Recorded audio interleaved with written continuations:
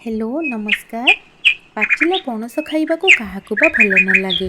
आउ जदि फ्रेश गछ तला पणस हेइथिबो ताहाले तो घर सारा पणस बास्नारे महकुथुबो। पाचिला पणस को तो आमे सेमिति ही खाई थाउ। आज चलंतु आमे पाचिला पणसरे पणस पकुड़ी बनेइबा।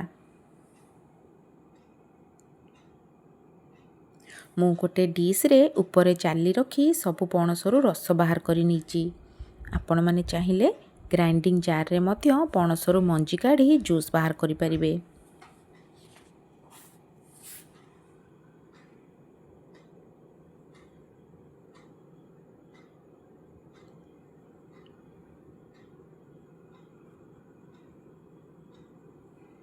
देखंतु आमर पणसरु सबु रस बाहरी जाइछि।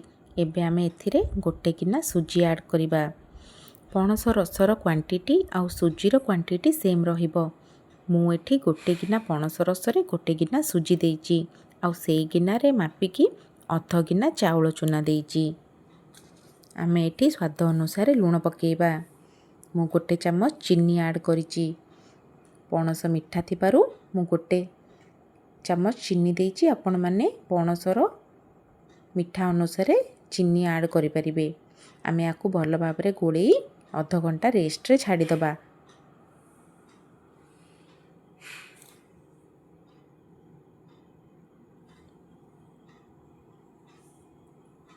आमर अध घंटा हो जाइछि। देखंतु बैटर थिकनेस एई भली भाबरे रहिबो। चलंतु एबे आमे गरम तेल रे पकुड़ी छाणी नबा।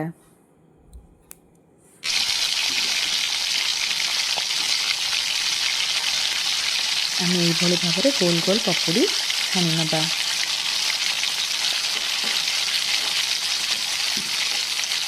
पणस पकुड़ी छणा होला बेरे रोषेई घर सारा खाली महकु थाए।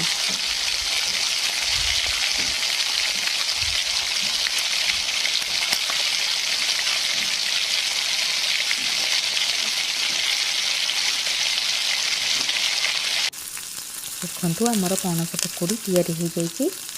यार कलर केते सुंदर देखा जाउछि। आपण माने घरे याको निश्चय ट्राई करंतु।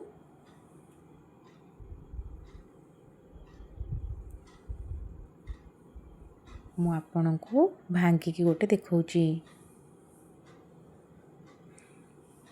यह बहुत ही सॉफ्ट ही थाए।